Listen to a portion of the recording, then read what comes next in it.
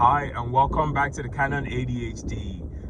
First of all, excuse me, I have to apologize. The video couldn't come out yesterday. I was a little indisposed yesterday, but feeling much better today.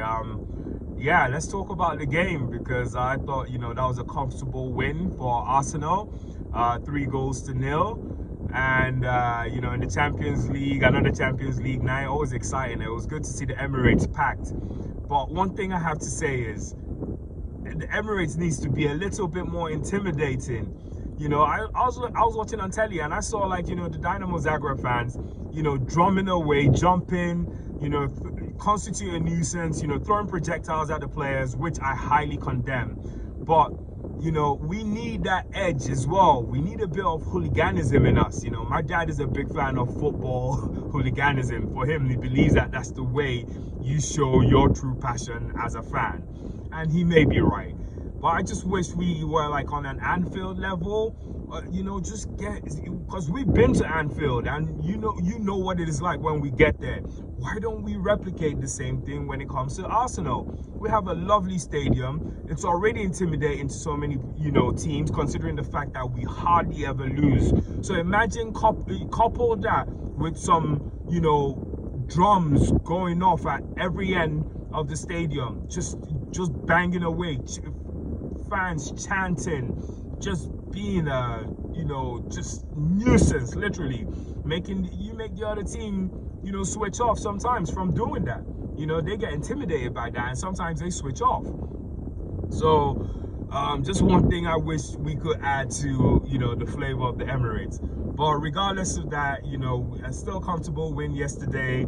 And just going to touch up on some players that I thought were really good. I thought Declan Rice was brilliant for the first goal, early goal, kind of got the nerves out of the way and everyone got comfortable, but too comfortable because it took us over an hour before we got the second goal. So, yeah, it's just one of those things where I wish we could finish our chances a little bit more, or better, because, we're going to come up against like tougher teams, especially this weekend. As bad as Wolves have been playing this season, they're still a tougher test than Zagreb, in my opinion. So we actually have to think about that front line and make do with what we have, because it's obvious to us now that the club, regardless of them identifying the need for a forward player, if they haven't made any move now, it's obvious that they're probably waiting till the end of the window to take their chance. And we as fans, we just have to wait until the transfer window is done, and then we can analyze it and see what was done and what wasn't done. Because even if they did the deals early, who's to say that those players are going to hit the ground running and they probably would have come into the team right now? So Josh Kroenke is in London meeting with them, and hopefully something positive comes out of it. So let's trust in our club for now. Yeah, so moving on to other players that got done well. Raheem Sterling, quick one. I thought he did okay. Some people may not think so, but I think he did all right. He didn't exactly electrify the whole place, but he was able to get out of tight spots and not lose the ball, complete a number of passes. So he wasn't the worst player on the pitch, to be honest. So I thought he'd done well. But Gabriel Martinelli, I thought, did really well yesterday. He came up with 2 assists. Unfortunately, he couldn't get a goal of his own. But yeah, he came away with 2 assists and just a good game for him. I'm happy for him. But, it's just that thing where I think in the Champions League, he hasn't been found out because you're playing teams from different countries. So they really haven't studied him as much as the Premier League team, would. So, yeah, probably save Martinelli for more Champions League games, in my opinion. And then I thought Gabriel was just, in the back line, just that sure thing. He's been our best defender this season, and it was good to see him. Even when Thomas Partey came on, I thought he'd done well as well. David Raya had literally had nothing to do. I don't think he had any save to make in the game, but he'd done well. And Kivior did well as well. Just begged to wonder why Mikel Arteta didn't play him in the Villa game. Probably would have been a different outcome, but you know, that's all in the past now. Zinchenko was all right. The only thing is, I wouldn't play Zinchenko as a left back. I wouldn't play him as a defender at this point. He'll have to be a left-sided 8 or something else in the team. But right now, there's no point playing that guy as a defender because he has very little defensive skills.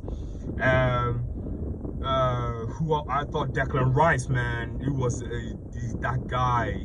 If I were to get any player's shirt right now, it will be definitely Declan Rice, no doubt. Like the spirit, he knows what it feels or what it means to play for the Arsenal Football Club, and you can just see it in his motions. He leaves everything out there on the pitch, and that's how we feel as fans, because we, as Arsenal fans, the difference between us and other football clubs is that we leave our spirits right there. We are fans to the core. You know, we're not fickle fans. We don't, like, you know, sack managers and just get rid. We love the art of football, and we love the way we approach the art of football. We're like the Picasso of football, and it's always beautiful for me to see other Arsenal fans who feel quite passionate about the club the way I do. So yeah, Rice done well, and one person I'm not really saying anything bad about him, but he went missing in that game. Martin Odegaard. I didn't realize he was playing up until that 91st minute goal he scored. He went missing the whole game. I don't remember him so much doing anything, to be honest, but you know, it is what it is, because right now, I thank God that we have the quality we have, where a player as important as Martin Odegaard can, you know, be sort of nullified in a game, but then we are still able to, you know, get the results we want, you know, and a lot of that is thanks to Martinelli. Yeah, so we go again this weekend against Wolverhampton Wanderers, a much tougher test, I tell you. But we'll see what happens, especially with the Cunha situation. Yeah, it'll be interesting to see, you know, if he actually plays in that game and how he plays in that game. That's actually another saga on its own. Yeah, so great game yesterday, just a quick one, and we go again this Saturday. Subscribe to the channel and like the video if you like the video. But one thing I'll say, please just drop those comments in there. Let's talk about football. Let's talk about our football club, you know, and you know, we can iron out some of the issues that we observe ourselves. So thanks for watching, and see you again this weekend. Bye.